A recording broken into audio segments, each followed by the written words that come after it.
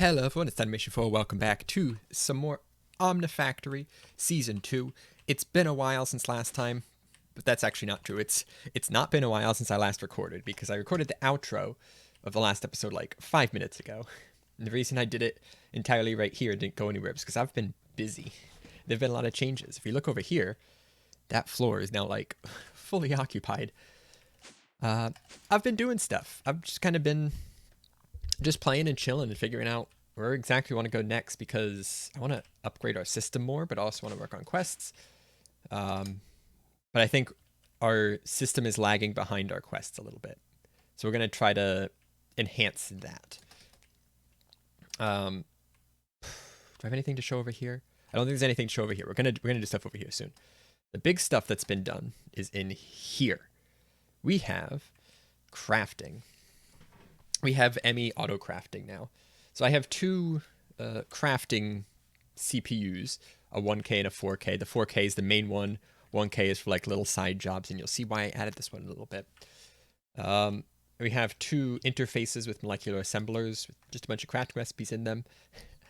I had to make arms, and that's what encouraged me to do this, because crafting these arms by hand is awful and no fun, and I've needed a lot of them recently. This has saved so much time. It takes like 30 seconds to make one in the system, whereas by hand it would take like 5 minutes. So we got some regular crafting here, and upstairs we have auto crafting machines. Oh. So this we did before. I don't know if I showed this on camera, but this auto makes clay, and if I put pulsating dust in here, it'll auto make the pulsating polymer clay. I do have to adjust this a little bit, and I'll show you this. This is like part one of a bigger system that I have planned in the test world that I want to show off in a little bit. So what we got going on here, we have a row of compressors, a row of wire mills, a row of furnaces. These are all single input machines. That's why I specifically selected these ones. I could also put down some macerators. That would work too. And I could probably squeeze them closer together. Put the wire underneath. That'd save me some space. Originally I had two conduits on top and bottom, but now I have green going in and brown coming out. So the way these work, for some reason I can't pull directly out of the interface. So I have the interface attached to a storage crate. So when I want to, say, compress a bunch of ingots, the interface will dump into the nearest inventory, which is the storage crate. So this will fill up with ingots, which will then pull out on the green line and distribute to all of these. It does 4 at a time. I really should change it to 1 at a time, but it doesn't matter too much.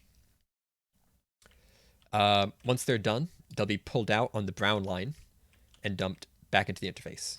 So that completes the crafting process, and that's true for all of these. We have it set up to make some wrought iron ingots, some silicon, conduit binders, lots of stuff for wires. That's been very helpful. And lots of plates. Over here, we have the same thing, but a little bit more compact, for 2 lathes for making rods. There's the interface, there's the crate, pulls out on green, pulls out on brown, goes back in. Here is a basic assembly machine for building machine chassis. What is it called? Casings. This is basically only for making casings, which there's a crafting recipe for these. You put a wrench in the middle. But that requires having a wrench, keeping that in stock. Instead, 8 with a circuit with 8 will make a casing. This also works for, if you look at Cupro nickel, it'll make these too. So throw all these in there and it'll just pump them out. You got a polarizer for polarizing rods for motors. This one's a little bit more complicated. This is the assembly machine for making cables. So I have an export bus here with a crafting card and rubber sheets. So what this will do is this will craft rubber sheets using the recipe, which is over here, to make rubber sheets. Throw it in here to extract it to liquid rubber, dump it in here. So this always just has a supply of liquid rubber. It's got 128 buckets at the ready. And this configuration 24 means whatever cable I put in will just be coded. So I've put in an 8x cable, it will give me an 8x wire. If I put in a 1x cable, it'll give me a 1x wire. So I can't do like 8 1x cables. That'll just make 8 1x wires. It's one circuit that does them all. That's why I preferred this one. And it's making nothing yet. But it will soon. And then lastly, this was a big one. We have the Inscribers for creating all of the encoded patterns. So I did a similar thing here with the interface dumps to a storage crate. And then the storage crate, this is how I actually made it by digging under here, because I can't see from the front. The storage crate pulls out from right there and distributes along these lines, which have filters to only allow gold plates, only allow Certus quartz plates, only allow diamond plates, only allow silicon plates. So these always stay in here. The presses always stay in their respective machines here. These are for the 4 molds. And then the advanced inscriber here is to actually put them together. And that has a, can't see it from here, that has a fancier whitelist that lets all the plates in. No, it actually blocks all of the plates. So they can't go in there, but everything else can go in there. That's it. I'll clean this up later. And so far it's working real well. I've been able to craft a bunch of stuff. The purpose of having the second one here is I was running into issues where it was compressing the silicon for the cables. So I needed another thing there, but it's all good now. Down here, what have I been working on down here? I haven't really upgraded much in here per se. I've more been just kind of accumulating materials. We now got 500 stainless steel, 400 aluminum. We might be ready to make the big distillation tower soon, potentially. Maybe. We'll see. What else? I think that's pretty much been it. I got this finally hooked up to a storage bus, so I have access to all of the SMD components in here. Making them occasionally. Yeah, that's what I'm doing right now. Let me show you some plan I have that I want to do coming up. All right, new fancy machine setup. It looks really complicated, but I'm going to go over it. It's entirely self-sustaining except for power, and it works really well. It actually has solved a few problems that I've been running into, mainly this little cable setup here. So the goal of this machine is many things. It essentially just takes power as input. Right now I have it pulling about 3,000 RF in, and it's net gaining, so it uses less than 3,000, but it uses, I think, more than 2,500. I haven't figured out an exact amount because it kind of fluctuates, but it's somewhere between 2,500 and 3,000 RF per tick to keep this thing running. That's likely going to eventually taper off. We're going to cut about 2,000 of that occasionally, and I'll explain why. But we're going to start over here at the beginning. So the purpose of this machine is to make clay, kind of. Make clay and then do things with it, all in one go. So we have a clay making setup here. This generates cobblestone, gets macerated to gravel, to sand, to dust, and then chemical reacted into clay. So we got clay here. What I want to do with this clay is make some pulsating polymer clay. So I need to throw it in an alloy smelter with pulsating dust. So the next task is to get pulsating dust. The way I've been doing that so far has been, oops, that's not recipe, to smelt uraninite dust. You could use ender pearls, but that's like the same thing I'm doing now, kind of. Uses a lot of power. We've been using uraninite. The other thing we have is this Resonant Clathrate. This is made with nether quartz and a molten ender. I think that's 1 ender pearl. Yes, 1 ender pearl and 1 nether quartz. So you're like, wait, those aren't really easily obtainable, except they are. A nether quartz you can get by electrolyzing 4 glass. And the ender pearl is a little bit trickier. You're using a simulation chamber with an Enderman data module, where the loot from that gets turned into ender pearls, then extracted. So it all flows back around.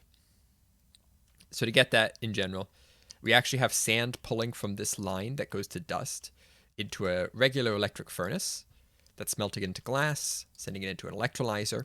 Once there's 4 of them, it makes it into a nether quartz. Get to see the process in action, which goes into the chemical reactor, which has the molten ender from the ender line, which becomes the resonant clathrate, which then smelts down into pulsating dust. The pulsating dust becomes the pulsating polymer clay, which is being stored in this crate. As you can see, there's a bunch here. I started with none, essentially. So it does net positive quite a bit of this stuff. And again, it will net positive more as time goes on, and I'm going to explain that. This is getting pulled out and sent into the simulation chamber, just keeping it stocked. It's already done 706 to get the extraterrestrial matter, which is like a byproduct of this.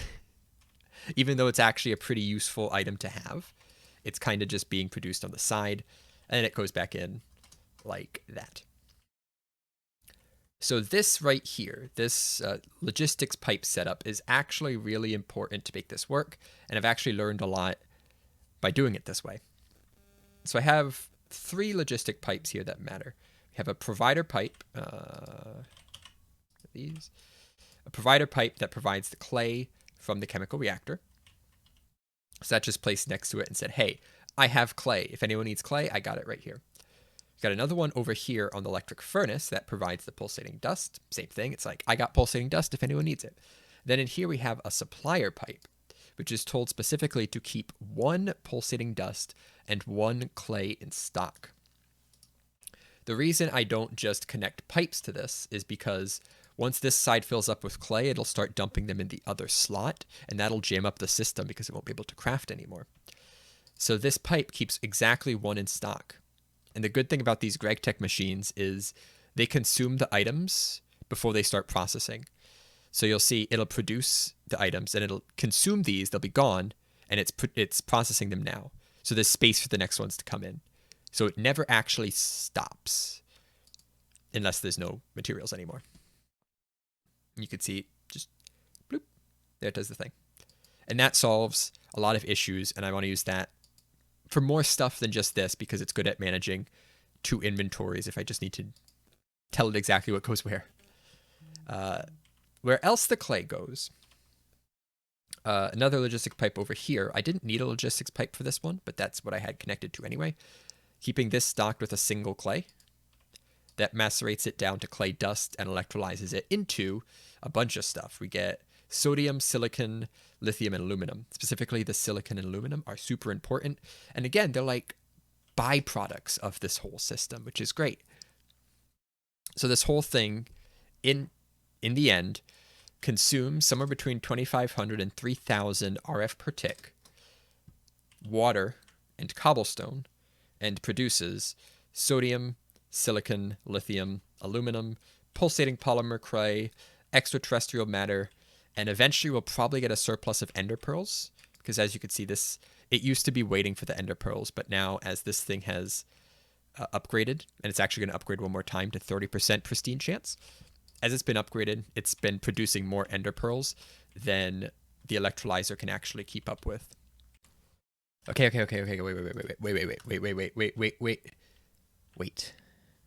wait. I've done some more math. And I might be able to fully contain this system without needing to dip into our other power sources. So this actually might be able to produce power too. We'll see. I've decided that 3K in is enough. You net gain power if you're producing 3K RF per tick. We have a 2K line and 2 500 RF per tick lines, producing 3K in and outputting 3K at most. Well, it sometimes goes more than that, but it averages around there. This produces some amount of pulsating polymer clay, which we're feeding back into the system. We are net positiving pulsating polymer clay. I did the math on the bottleneck. The bottleneck is this furnace right here, which produces 1 glass every 3 seconds. 4 glass becomes a quartz, so you get a quartz every 12 seconds. But conveniently, the alloy smelter produces 1 time every 12 seconds anyway. Ooh, that's actually gone down. This was 13 before. One of these numbers is lying to me. Regardless, we should be averaging clay every 3 seconds, give or take. I won't push it too close to that number. The consumption rate is every 15 seconds. I timed it out. 15 seconds it uses a clay.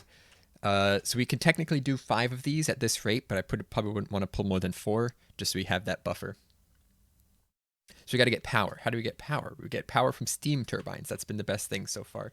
6 of these steam turbines, 1, 2, 3, 4, 5, 6, is enough to produce 3K RF per tick. Each of them produces 128 GTEU, which is a 1 to 4 conversion. So 128 becomes 512. 512 times 6 is just over 3,000, and that produces enough power.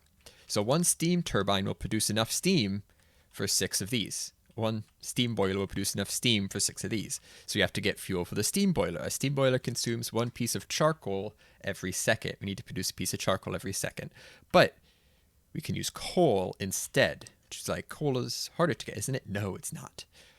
I don't have a creeper data module here, but if you look at a creeper data module, this one isn't going to work. It's because it's faulty. It's super annoying. I just want to be in creative and summon a good one.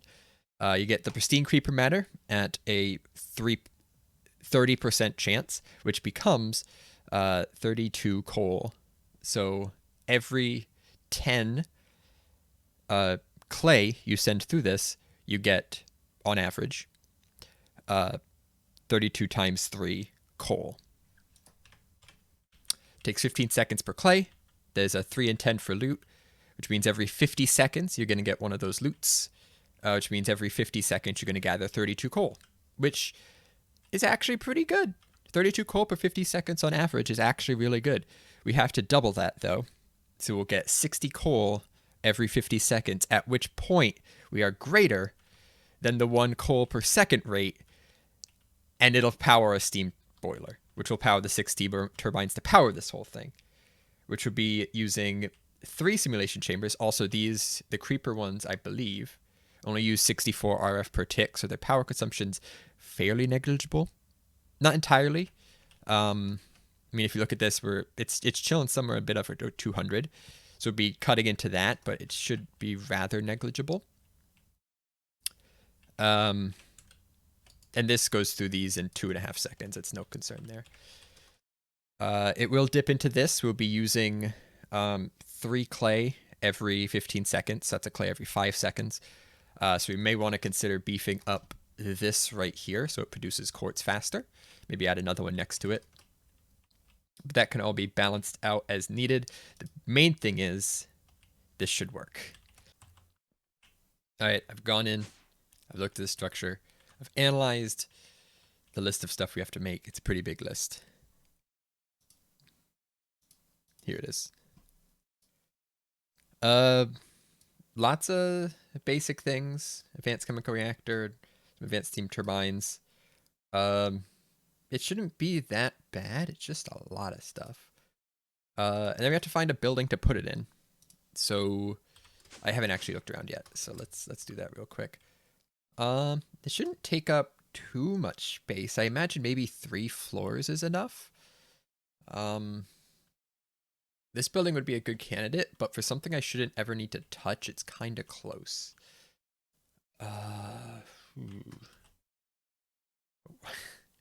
I'm not in creative. Flying around makes me think I'm in creative, but I'm not. About like this building. This building can then house like multiple different automatic farm things of sorts. Apparently I haven't looted it. You could do that. This is so much better. Oh, this is so much better to clear the vines. Oh, this is great. I was burning them with flint and steel. It took forever. Oh, this is so nice. Why did I never think of this before? All right, remember that list? That list of stuff I had to make? I think it's this one. Yeah, here it is. Here's all the things. It actually really didn't take that long. Having the auto crafting system was great for making like pistons and motors, and actually for making the machine holes too. It does that whole process. Smells down the iron. Like I say, hey, make me like 16 low voltage machine holes. Minute later, done. Didn't have to do anything. It was awesome.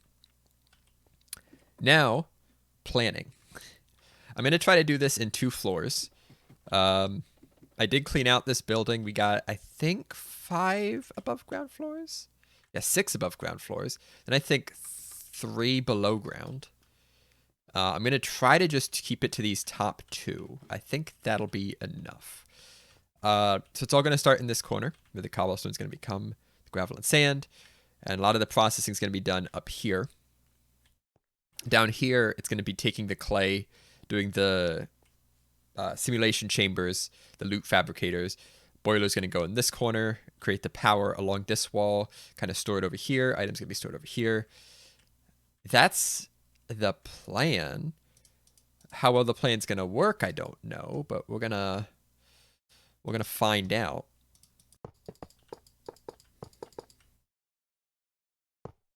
There it is. All right. So this steam will come out. I should make some kind of tank for it. Does it actually matter? If the boiler stops, we're kind of screwed. Regardless of if there's enough steam to manage it. So I don't think it matters.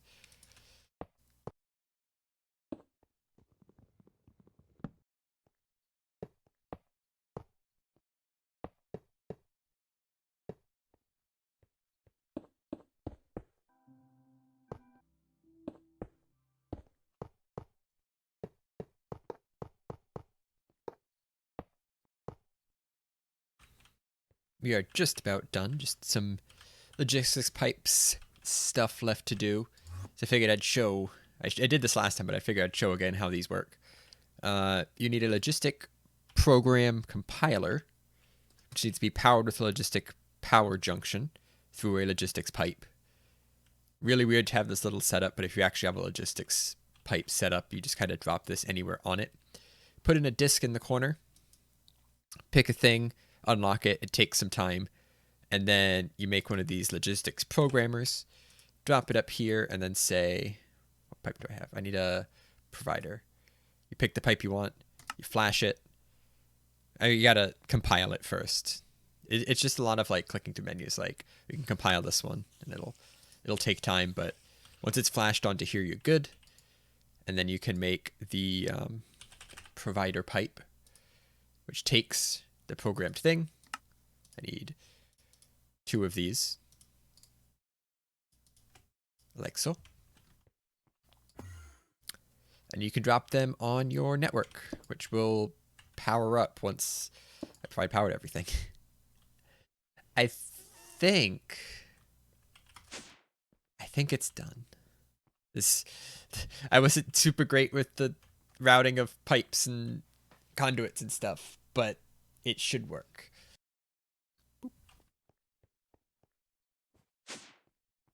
We got water. I hope. We got water. All right, I got about 2,000 coal. 1,600, close enough. It's going to take a very long time to heat up. I'm probably going to grab another couple thousand charcoal and throw it into here. Eventually, it'll start making steam. It's got the water. It's good. We have a little bit of power here. And I don't have any conduits. Oops. Is that 1,500? It's going to use about 1 per second. So, I figured this should last half an hour. 3,600 seconds in an hour. Yeah, that's a pretty good amount of time. I'm probably going to grab another stack anyway, because it takes a long time to heat up. Actually, it's about 1 degree a second. So actually, this should get it fully heated. All right, but we're in go mode. Kinda in go mode. All right, let's plug this in. I need to put it on 2 faces so we can get enough power. This should... Oh, I missed. this right here. These have power. All right. So up here, gotta tell this to start extracting. Get pulled out of there into here, pulled out of there into here. We got sand. Sand will get pulled into each of the spots to over here and to over here. Looks like that's being done. Dropped into here, which isn't getting water.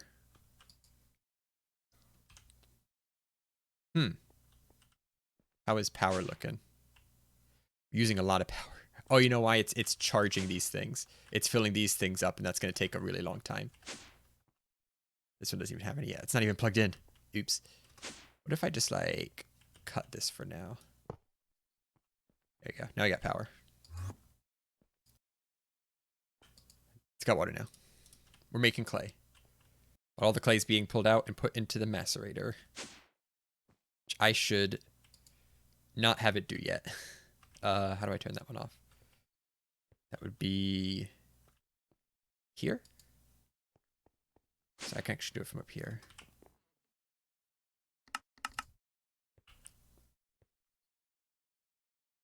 Does this need to be on the top, maybe? So it needs to be on the top. Okay, how are we doing for power? We have steam. That's good. We should technically be producing power now, which we are. And we're out of power here. We're using up all the power we're producing. All right, we're officially net gaining power. That's a good thing. These still don't have enough power yet to stay running. We are net gaining power. I don't know why this is... Right, I was going to actually move that.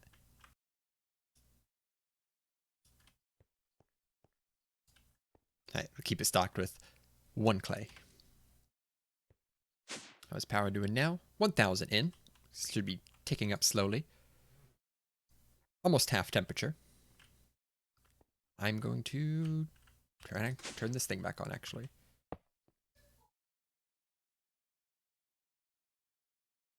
Okay. So what we got to do now is we got to get some ender pearls in here. We should be getting quartz, which should be going into here. We have to get some ender pearls in so we can start producing the polymer clay. I also have a few stacks of polymer clay I can toss into here too. The most expensive part, energy-wise, is the Enderman data module, which takes 2048 RF per tick. So that I'm kind of trying to save for as late as possible. But we got some of this stuff I can throw in. And then, of course, once we actually have things good and going, I have the creeper. Did I make another one? Oh, it's down here. I have the creeper data modules, which will produce the coal. Boiling away. 500 left there. Let's get... Probably could have put this in much earlier. That in there. Somewhere I have the other simulation chamber.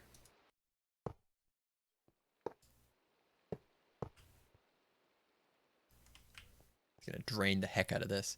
But it's running full power. We've got full steam. Just quickly running out of charcoal. So this has to start producing some charcoal. Alright, it's been like 3 hours. It seems to be working.